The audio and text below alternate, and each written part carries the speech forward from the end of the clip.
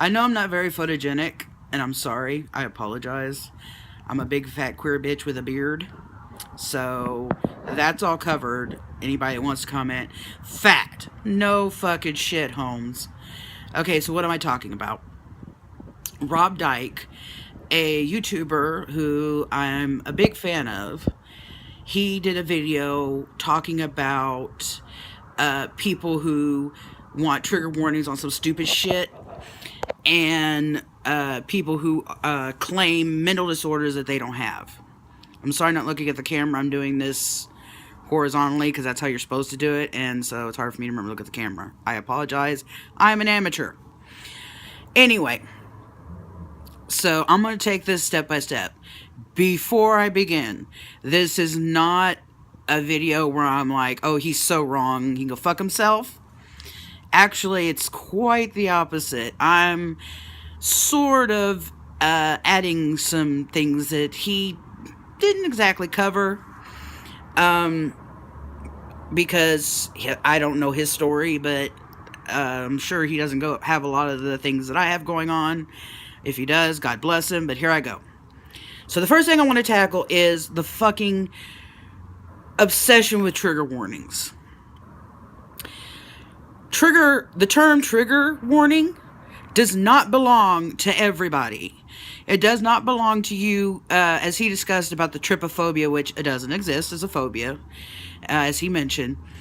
Trigger warnings are not meant for people, like, for something that makes them uncomfortable, especially if they're stupid enough to fucking watch the video that clearly describes something that's going to bother them. Okay? The term trigger warning belongs and started with people who suffer with PTSD. Okay? And when you're actually triggered, literally in the psychiatric or psychological, however you want to put it, sense, it's not, triggering does not mean, oh, it made me feel uncomfortable or scared or, made me nauseous. No. When someone with PTSD is triggered, some kind of stimulus, it could be something they're watching on TV, it could be a sound. It doesn't matter. It depends on the person's PTSD and why they have it. When they come across something that triggers them, it takes them to the thing that traumatized them. For example, soldiers who come back from Iraq and Afghanistan who have PTSD and who had to deal with IEDs. IEDs over there are often hidden under piles of trash. That's one of the favorite ways for insurgents to hide them, is on roadsides under piles of trash. Now, many soldiers who come back from Afghanistan and Iraq, who, IEDs were part of their life, and every pile of trash could be their death. A lot of times when they come back to America and back to civilian life, they may be driving down the road and see a pile of trash on the road. They're triggered, and they go back to the way that they felt and thought at that time when they were in battle. And oftentimes they even will, in their mind's eye, see the battlefield. They will think they're back on the battlefield until they do what's called grounding, which is where you bring yourself back to reality and remind yourself that you're not there anymore. And, every therapist or psychiatrist, they each have their different grounding methods that they suggest, but the basic premise is the same. It's a way to bring you back to reality and get you out of that moment. I personally, even though I have not served, but PTSD is not purely a military issue. Not that they don't get it, and not that it's not rampant, but they're not the only ones who get PTSD. I'm going to get real truthful for a minute, okay? So just deal with it. TMI, I don't care. It happened to me. I was the victim. I could talk about it if I want. So I am a victim of incestual sexual abuse. My father molested and raped me from about age 18 months to about 12, 13, 14, that ballpark. I know that because I've repressed my childhood memories up to that point, most of them. Excuse me. So, as a result of what he did to me, I have PTSD. Now, let me stop here for a minute. I didn't just go on the internet and look up, PTSD and go, "Oh yeah, I have it." I suspected that's what was going on, and I went to my therapist and I said, "Is this a thing? Is this PTSD? This thing that's happening to me?" Now, Rob discussed about how, the trigger warning thing could get ridiculous when certain videos, could be completely innocent and trigger somebody. And I will give you an example of that exact thing. I was watching a video of a darling little girl. Darling. And she was singing karaoke. And that's what the video was. It was this adorable little 3-4-year-old girl singing karaoke. Nothing sexual about it. It wasn't like she was in panties. It was a parent filming their beautiful child singing karaoke, and they were proud of her, and I would be too, because she was so adorable. Here's the problem. This little girl looked a lot like I did when I was her age. And I've been singing since I had a voice. It's one of my favorite things to do. My whole life, that's been something I've loved. Now, you had the combination of the fact that the girl looked like me when I was that age. She was singing, and I heard her father's voice in the background. All of a sudden, I was just taken back to that point in my life. And I started to cry. I started to shake. I almost vomited. I had all the feelings that I had at that time when my father was sexually assaulting me. And the video reminded me of a cassette that my mother had of me when I was little singing. And there's a point where I hear my father's voice in the cassette say, "Come sit on my knee and sing for Daddy." Now, my whole life, that cassette was so innocent. I loved it. My mother played it all the time because, it was me as a baby. I was like 2 when she recorded it, maybe 3. But it became, after I saw the video on YouTube and that cassette came back to my memory, because I'd forgotten about it and forgot, until that moment. And I heard that portion in my head. I can't even describe how dirty I felt, because him asking me to sit on his knee, someone who sexually abused me, I mean, come on, put 2 and 2 together. And did I go to the original poster and say, "Oh my God, you should have put a trigger warning on this. This triggered me"? I mean, my husband had to fucking hold me for 20, 30 minutes because I was just a sobbing mess. And, should I have contacted them and take that video down and put a trigger warning on it, or, censor the sound of the little girl singing or the sound of the father's voice because it triggered? No, that is not my place.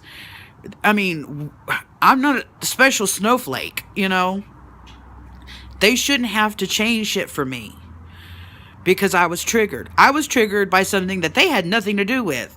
I'm pretty sure they never told my dad, "Hey, by the way, mess with your little girl so she can get PTSD and we'll put this video up in the future and trigger her." It's bullshit. Now, Rob brought up about people self-diagnosing mental illnesses. And, not even going to anybody knowledgeable, a therapist, a counselor, a psychiatrist, to double check, do I really have this, or is it in my, I just think I have it. I have DID, which is a result of the sexual abuse that I've already discussed with you. DID is dissociative identity disorder, which for the uninitiated used to be called multiple personalities. I have what are called alters, which are like other selves. And DID is a coping mechanism that many people it becomes part of them and they have it because they're trying to deal with trauma, as I was. I had sort of hell. Home wasn't safe. School wasn't safe because, hello, yeah, I was bullied. Okay, I was bullied. Duh. So I had no safe place for me. And so I developed DID. Now, guess what? I had no idea. My entire life, I guess, I don't know if I integrated. I don't know how it works because I'm still working to find out with someone knowledgeable. But I was not aware. Well, I was in a psychiatric facility for an unrelated reason, and a woman there had DID. And a friend of hers was reading a Wikipedia article, of all things, about DID. And as she's going through it, there's things that were popping out at me. Like the fact that, as I mentioned, a lot of my childhood memories are gone. I have people that I went to school with from kindergarten to senior year.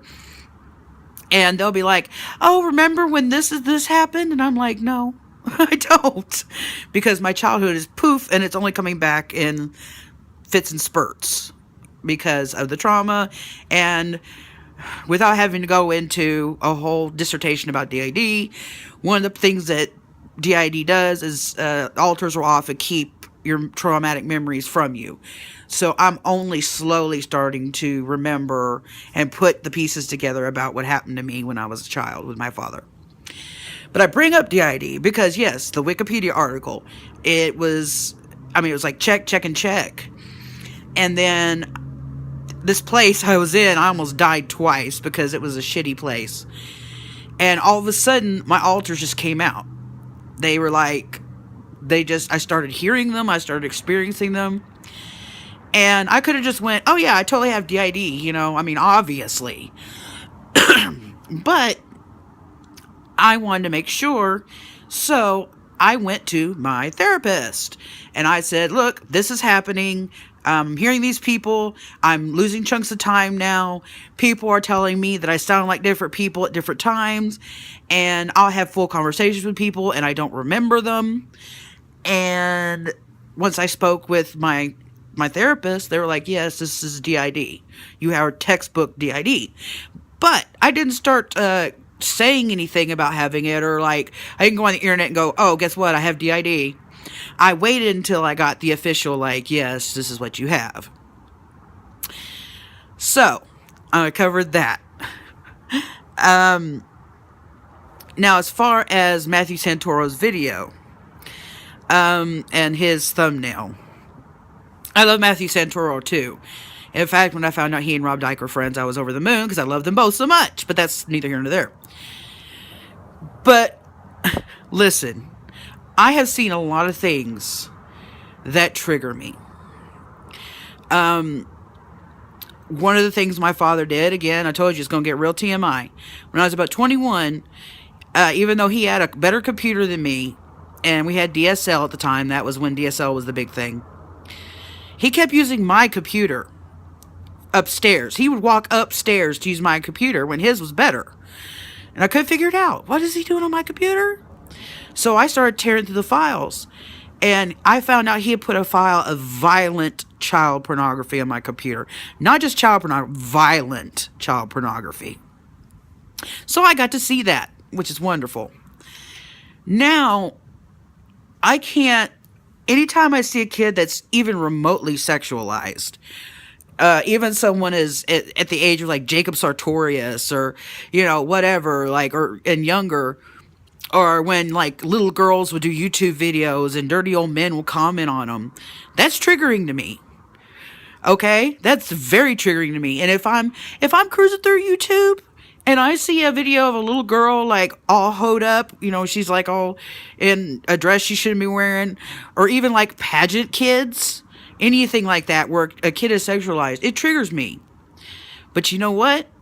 I'm not bothering them and being like, you need to put a trigger warning, because that is not my place. It's not. If something is bad enough, then YouTube will deal with it. Trust. Matthew Santoro's little thumbnail was nothing. And believe me, I've seen some shit on my own looking for shit. I'm a horror fan, a gore fan, so just do with that what you will. But even if what he did in that thumbnail with the holes and the eye and thing, even if that was triggering to me for some reason, I would not unsubscribe from him. I would just be like, you know what? That's not a video I want to watch. Prime example. I'm gonna make this quick because I'm already running 15 minutes. But I like creepypastas. I love to listen to creepypasta narrators on Facebook. It's one of my favorite things. I don't know why. It's soothing to me. Some of the narrators have some soothing voices, so I'll even listen to them to go to bed. But when I come across, like, for example, one narrator, I listen to so many, I can't even tell you who it was. But one had put up a video, it was supposed to be a true story, of a girl who was sexually assaulted by her father. It was supposed to be her story. And, you know, it had a cry. I think the thumbnail was like a crying little girl. Yeah, that kind of triggered me a little bit. The title with the picture, it was like, yeah, you know, I wasn't like full on triggered. I mean, let's get real. But it did, like, it was, you know, I didn't like it. It made me uncomfortable. Didn't bug him. I just was like, I'm not listening to that one. I'm going to go find another one, or I'm going to go find another narrator so I don't have to see that one until it's old and buried and their newer stuff pops up. You know, basically, suck it up, Buttercup. You know, there's a lot of triggering things. You know, I have a husband who, again, he's probably going to kill me for telling this publicly, but he's transgender. And there's a lot of trans hate, especially in the state. We live in Texas, honey. Okay, they really hate trans people here. But, you know, there's a lot of articles right now, you know, off YouTube. I've seen stuff on YouTube too, but there's a lot of articles discussing a bathroom bill they're trying to pass where my husband being transgender, if they pass it and he uses a men's restroom and someone clocks him as not being cisgender, not being a biological male. I hate that term, but it's actually called cisgender. Anyway. But if someone's like, you're not really a man, he could get 15 years in jail and a fine. Just because he wanted to piss in the bathroom where he felt most comfortable. And there's a lot of articles talking about it on the internet right now because it's such a big deal, because it's like, that's kind of crazy. So, anyway, my point is again, those are triggering to my husband. They're triggering to me as his wife. You know, because it infuriates me that if we're out in public and he uses a men's restroom, next thing I know, he could be dragged out by the police. And what can I do about it? It would be a law. You know? Anyway, so do I go to these news places and go, you're triggering me and my husband by keeping us updated about SB6, this bill, and... No. Real trigger warning. I'm going to wrap this up. Real triggers belong to people with PTSD. If you do not have diagnosed PTSD, you can go take a flying fuck. Number 2, if you think it's cute to have a mental health disorder, I would love to switch places with you. I have the aforementioned PTSD. I have the aforementioned DID. I am bipolar. I am, hold on, I gotta remember them all because I got a lot of shit. I am bipolar. I am, I self-harm. If you see these red spots all over my face, it's because I'm a compulsive skin picker. It's like, it's basically my version of cutting. Instead of using a sharp implement, I use my fingernails and pick. Let me see if I can show you my arm real quick. All those red spots, that's places where I literally dug holes in myself. This right here is most recent. I dug a hole to China. You should have seen this 2 weeks ago. Okay? I think I picked down to the bone on that one. Seriously. It ain't cute. It is not cute. It's not cute when I pick my face up to the point where I look like I've been drugged behind a truck by my face. And I've done that before. I've done that where there was more scabs than skin. I've been hospitalized because I picked my skin so badly, and my immune system was fighting the skin infections that I ended up getting pneumonia and had no immune system to fight it. So I went from being pretty healthy, except for being torn apart, by picking, to almost dead in the matter of a couple days. So, if you think mental disorders are cute... Oh, and then there's the nightmares I have. Yeah, the nightmares where I act out, where I kick, and I punch like I'm trying to fight an attacker. Where I scream, where I wake up crying. The times I woke up vomiting in my own mouth because of a dream of something that my dad did to me. Yeah, that happened twice. Okay? So, you want that? Is that fun for you? Because it's not fun for me. I fucking hate it. My life is ruined. My life is utterly ruined because of what was done to me. It's not cute. I don't wear it as a badge of pride. It is the marks that he left on me. And it ain't cute. And it ain't fashionable. And it's not chic. It's not. It's ugly and it's gross and it's debilitating. It's terrifying. It's everything you better thank whatever God you do or do not worship that you do not have to go through every fucking day. Okay?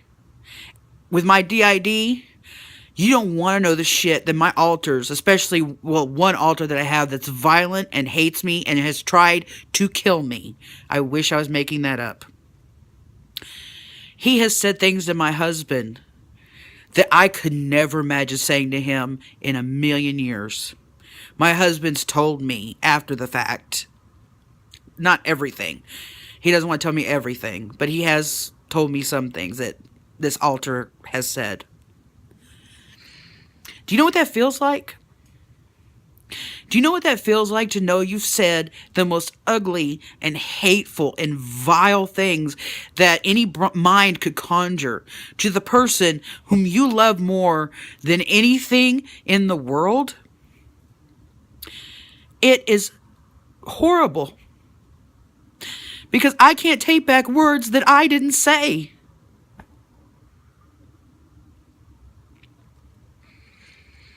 I can't change that I was pushed to the side.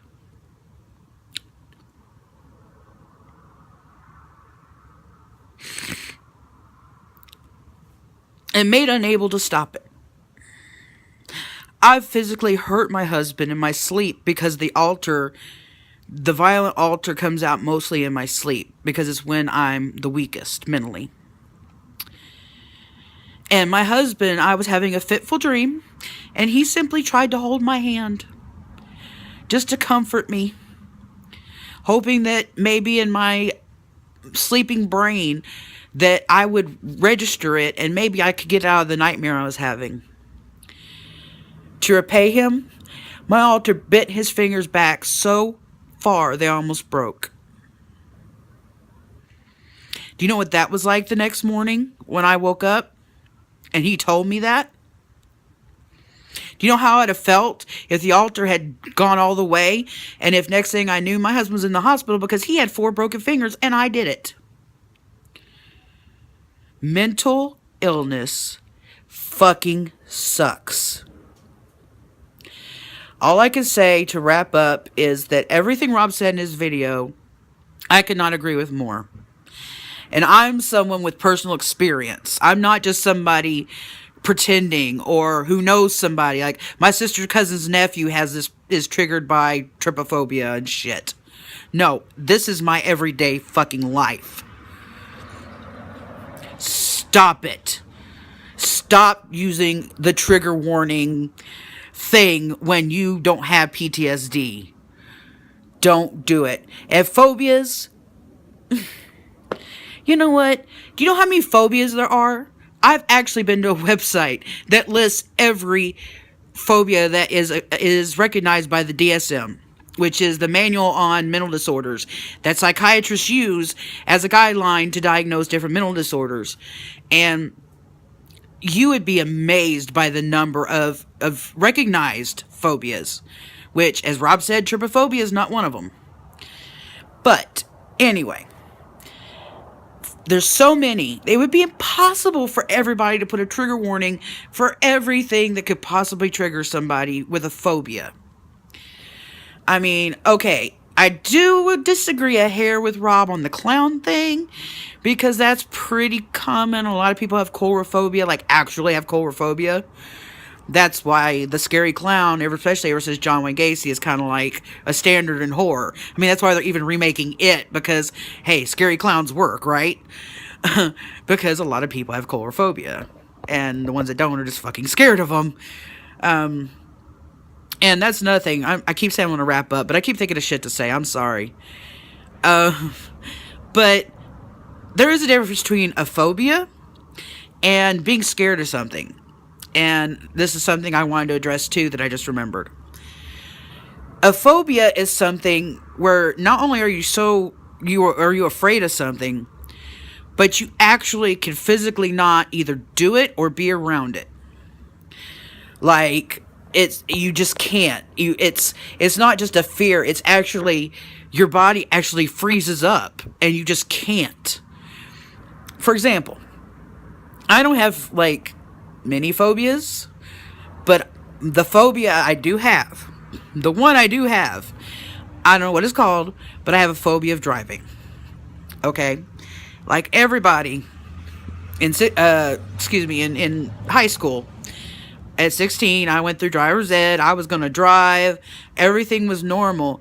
And I just started getting this gut-punching fear of driving. Like, it got to the point where I'm at now, we're just talking about it. My palms are starting to sweat. If somebody right now, if my husband came out right now and said, you know what, I'm tired of you not driving. Come with me. I'm going to teach you how to drive. I would lose it, because I can't. I can't. I can ride in a car, but I can't. I'm so scared of other drivers, and I'm even more scared of the fact that I may not react to avoid accidents or whatever, that I'm unable. I've tried since I was 16 to drive. I've tried numerous times throughout my adulthood to just suck it up and learn how I just physically can't. I just can't. It's not just a fear. It's all encompassing. You know, I can't even imagine myself mentally right now. If I'm sitting in my head because I'm talking about it, me in the driver's seat of a car, making me nervous. I'm serious. I gotta calm down. My heart rate is, but the point is, that's a phobia. Okay, that is a phobia.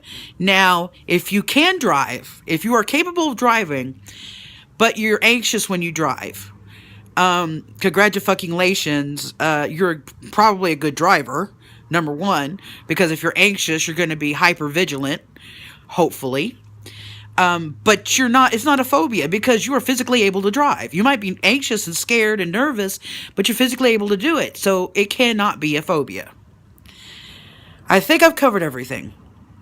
Anyway, I'm going to close this out. I'm losing my voice. I just had to cover this because I'm just so pumped that somebody said the thing, and I wanted to add my 2 cents. So, my name is Ryan. I know I'm going to get a lot of hate in the comments. I don't care. Fuck y'all. I don't even give a shit. But God bless you all anyway. And that's all I have to say. So, goodbye, good night, and God bless. Boop.